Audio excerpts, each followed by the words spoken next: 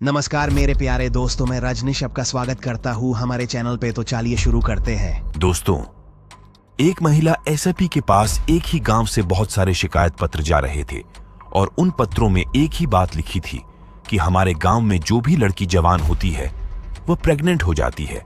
न जाने क्यों। ना तो किसी लड़की का अफेयर है, न वह शादीशुदा है, कोई भी हमारे घर आता जाता भी नहीं है, फिर भी लड़कियां प्रेग्नेंट हो जाती हैं। यह सुनकर महिला एसपी बड़ी परेशान हो जाती हैं और अचंभे में पड़ जाती हैं कि ऐसा कैसे हो सकता है। जाहिर सी बात है, जब कोई लड़की किसी से बोलती नहीं है और वह अनमैरिड है तो फिर प्रेग्नेंट कैसे हो सकती है। यह सोचकर एसपी एक बड़ा एक्शन लेती है और उसी गांव में जाकर मामले की जांच करती है। फिर वह हकीकत क्या निकलती है और लड़कियां कैसे प्रेग्नेंट हो रही हैं, यह हम इस वीडियो के माध्यम से जानने की कोशिश करेंगे। पूरे गांव में जवान लड़कियां बिना किसी अफेयर या शादी के प्रेग्नेंट हो जाती थीं। इस पर गांव वाले काफी परेशान थे। अब गांव में इस बात को लेकर बहुत चिंता थी और लोग अपनी अपनी लड़कियों पर कड़ी नजर रखने लगे थे। उन्हें डर था कि उनकी बेटी भी प्रेग्नेंट न हो जाए, इसलिए लड़कियों को घर से अकेला नहीं जाने देते थे और ना ही किसी को घर में आने देते थे। फिर भी एक दिन एक लड़की के पेट में दर्द होता है और जब उसे डॉक्टर के पास ले जाया जाता है तो डॉक्टर बताते हैं कि वह लड़की प्रेग्नेंट है। यह सुनकर लड़की के पिता लाल सिंह बहुत परेशान हो जाते हैं। वह सोचते हैं, मैं हर समय अपनी बेटी के साथ रहता हूं, फिर यह कैसे हो सकता है। वह अपनी बेटी से पूछते हैं, बेटी, क्या तुम किसी से बोलती हो? किसी से तुम्हारा अफेयर है? लड़की रोने लगती है और कहती है, पिताजी, ऐसा कुछ भी नहीं है और आप तो जानते ही हैं कि हमारे गांव की ज्यादातर लड़कियां जवान होते ही प्रेग्नेंट हो जाती हैं, लेकिन कोई भी उनके साथ अफेयर नहीं करता। लाल सिंह को अब समझ में नहीं आता कि यह कैसे हो सकता है। गांव में सब लोग परेशान थे और हर किसी के दिमाग में यही सवाल था कि आखिर इसका समाधान क्या है। लोग अपनी लड़कियों को घर से बाहर नहीं जाने देते थे और रात को लड़कियों पर कड़ा पहरा रखते थे, फिर भी लड़कियां प्रेग्नेंट हो रही थी। इस समस्या से परेशान होकर लाल सिंह अपनी बेटी को लेकर महिला एसपी संध्या चौधरी के पास पहुंचता है और रोते हुए शिकायत करता है कि उनका पूरा गांव परेशान है। वह एसपी से कहते हैं, मैडम जी, हमारे गांव में हर लड़की जवान होते ही प्रेग्नेंट हो जाती है। हम बहुत परेशान हैं, लेकिन फिर भी कुछ नहीं कर पा रहे हैं। हमारी लड़कियां घर से बाहर नहीं जाती, घर में कोई नहीं आता जाता, फिर भी वे प्रेग्नेंट हो जाती हैं। ये सुनकर महिला एसपी हैरान हो जाती है और पहले तो उन्हें हंसी भी आती है। फिर वह गुस्से में कहती हैं, क्या तुम पागल हो गए हो? कोई लड़की बिना पुरुष के संपर्क के प्रेग्नेंट कैसे हो सकती है? तुम बेवकूफ वाली बातें कर रहे हो। तब लाल सिंह हाथ जोड़कर कहते हैं, मैडम जी, इसमें सिर्फ मेरी बेटी नहीं है, हमारे गांव में ना जाने कितनी लड़कियां ऐसी हैं जो जवान होते ही प्रेग्नेंट हो जाती हैं। यह बात बिल्कुल सत्य है, मेरी अकेली बेटी नहीं है। गांव में 10, 20, 50 ऐसी लड़कियां हैं जो बिना शादी के प्रेग्नेंट हैं। यह बात जब वह महिला एसपी सुनती है तो वह भी बहुत ज्यादा परेशान हो जाती है। सोचने पर मजबूर हो जाती है कि आखिर ऐसे कैसे हो सकता है। बिना पुरुष के संबंध बनाए लड़की गांव में प्रेग्नेंट क्यों हो रही है। तब वह थाने के लिए फोन करती हैं।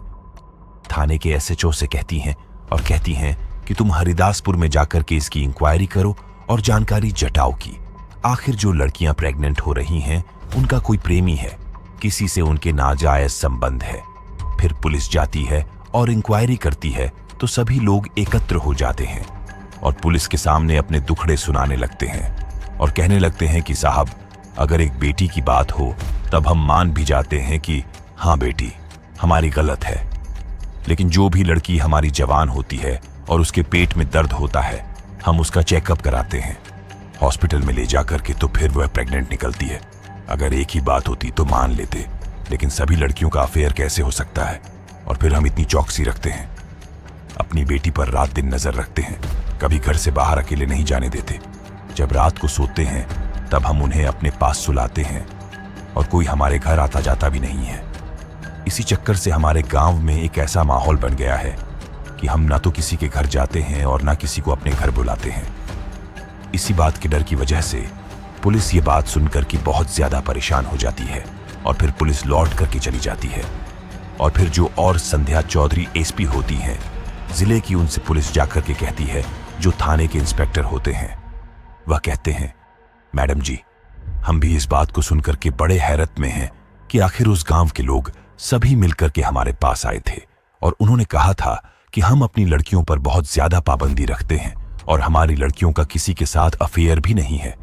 और एक दो लड़की नहीं, उस गांव में 10, 20, 50 लड़कियां ऐसी हैं जो जवानी में कदम रखती हैं और प्रेग्नेंट हो जाती हैं। ये बात सुनकर के अब तो मैडम का भी दिमाग काम करना बंद कर देता है कि आखिर ऐसे कैसे हो सकता है। तब मैडम विचार करती हैं, जरूर तो कुछ बात होगी, या तो ये लड़कियां इस बात को छुपा रही हैं, या फिर जरूर इनका किसी के साथ अफेयर होगा, या फिर कोई और बात होगी। तभी वह मैडम कहती हैं, ठीक है, अगर तुम्हारे बस की बात नहीं है तो मैं स्वयं इस बारे में जानकारी जुटा लूंगी कि आखिर इन लड़कियों के साथ में ऐसा कैसे होता है।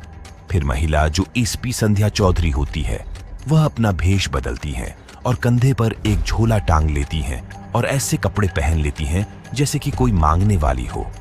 उस हिसाब से वह मांगने वाली बन करके और उसी गांव में हरिदासपुर में पहुंच जाती है। सारे दिन इधर उधर वह घूमती रहती है। जैसे ही शाम होती है, तभी उसी व्यक्ति के द्वार पर पहुंचती है जो व्यक्ति उनके पास शिकायत पत्र लेकर के गया था। लाल सिंह अब वहीं पर जब पहुंचती हैं, शाम होने वाली होती है।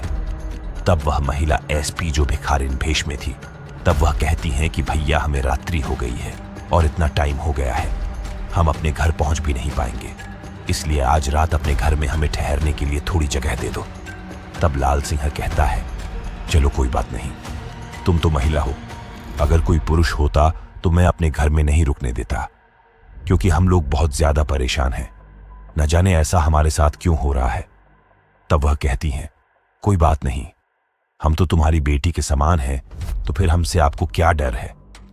तभी वह लाल सिंह महिला एसपी को भिखारी समझ करके अपने घर में एक जगह पर चारपाई डाल देता है और कहता है कि आप इस पर सो जाइए, आपको जो भी खाना है मैं आपको यही ला करके दे दूंगा। अब लाल सिंह उस महिला के लिए ला करके खाने में कुछ देता है, रोटी पानी, और वह खाती है। खाने के बाद में वह गेट के पास ही उस चारपाई पर लेट जाती है और लाल सिंह अपनी लड़कियों को लेकर के घर के अंदर जाकर के लेट जाता है।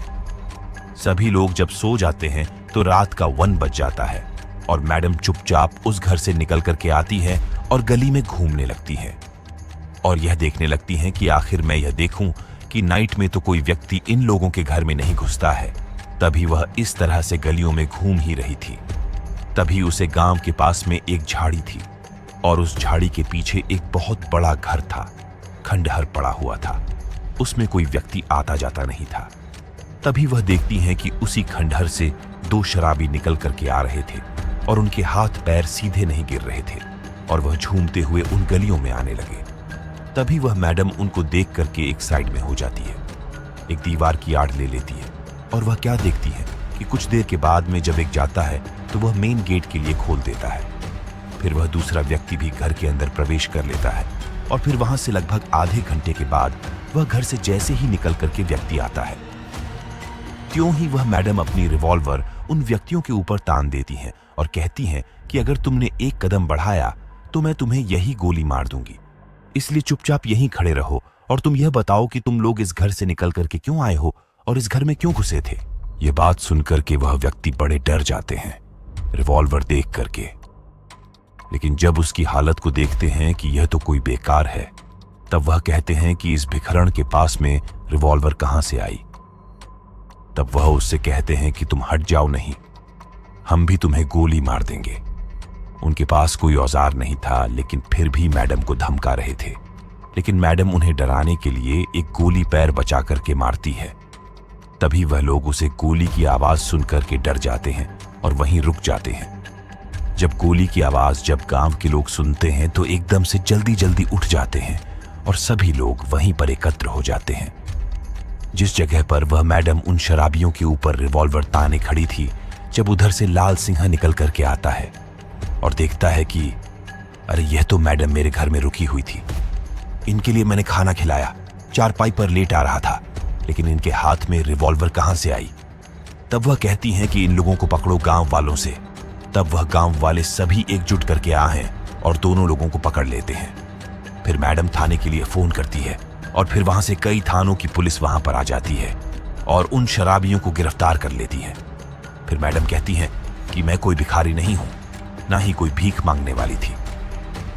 ये लाल सिंह मेरे पास शिकायत लेकर के गए थे और सभी गांव की शिकायतें मेरे पास जा रही थीं कि आखिर तुम्हारे गांव में जो जवान लड़कियां हैं वो प्रेग्नेंट हो जाती हैं, तो इसीलिए मैं भेष बदल करके आई थी तुम्हारे गांव में, और यह देखने के लिए कि आखिर तुम लोगों को पता नहीं चलता कि तुम्हारी लड़की के साथ में गलत काम कौन करता है।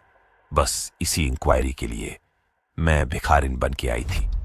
कहते हैं कि मैडम ने बड़ा अच्छा काम किया जो हमारे गांव में इन शराबियों को पकड़ा, लेकिन इस बात का खुलासा नहीं हो पाया था कि आखिर यह शराबी क्यों गुस्से थे। तब वह थाने लेकर के जाते हैं और थाने ले जाने के बाद में उनसे फिर पूछताछ की जाती है। पहले तो वह कुछ बताते नहीं हैं। जब पुलिस अपने हथकंडे से जब पूछती है कि आखिर यह बताओ कि तुम रात्रि के 1 o'clock बजे उस घर में क्यों गुस्से थे, तो तब वो टूट जाते हैं पुलिस की मार की वजह से और रोने लगते हैं और गिड़गिड़ा लगते हैं। कहते हैं कि मैडम जी, हम बस यही काम करते हैं। जब दारू पी करके आते हैं दोनों लोग और फिर लोगों के घर में घुस जाते हैं और जिसकी भी जवान लड़की देखते हैं वह लोग अपने बीच में आकर लड़की को सुलाते हैं। फिर भी हम उस लड़की के मुंह पर और इन सभी के मुंह पर एक ऐसा स्प्रे मार देते हैं कि ये लोग गहरी नींद में सो जाते हैं। इन्हें पता भी नहीं चलता और उस लड़की को भी पता नहीं चलता। फिर हम उस लड़की को उनके बीच से उठा करके दूसरी जगह ले जाते हैं और उनके साथ में शारीरिक संबंध बनाते हैं। फिर इस लड़की को उसी जगह पर लिटा कर कि हम घर से निकल करके चले जाते हैं और हमारा यह रोज का क्रम बन गया है। आज इस घर में तो कल उस घर में, तो कल उस घर में। इस प्रकार से जब हम दोनों लोग इन लड़कियों के साथ शारीरिक संबंध बनाते हैं, इसी बीच ये लड़कियां प्रेग्नेंट हो जाती हैं। ये बात जब महिला एसपी सुनती है तो फिर उनके तोते उड़ जाते हैं। सोचने लगती हैं कि यह लोग पूरे गांव की लड़कियों के साथ में ऐसा कर रहे हैं और किसी को भी पता नहीं है, किसी को भनक नहीं है। इनके बारे में अब वह बहुत ज्यादा टेंशन में पड़ जाती है। फिर लाल सिंह को बुलाती है और कहती हैं कि तुम तो यह कह रहे थे कि हमारी लड़की के साथ किसी पुरुष ने कुछ नहीं किया है। इनसे पूछो, ये तुम्हारी लड़की के साथ में दोनों लोग शारीरिक संबंध बना करके गए थे और इन्हीं के द्वारा तुम्हारी लड़की प्रेग्नेंट हुई है। वह सारी बात को स्वीकार कर लेते हैं और फिर मैडम उनके खिलाफ कई धाराओं में मुकदमा दायर करती हैं, 376 और जो भी होता है घर में घुसने का। उन सभी धाराओं में मुकदमा दायर करके उन्हें जेल भेज देती है। इस प्रकार से मैडम ने उन गांव वालों की सारी समस्या का समाधान किया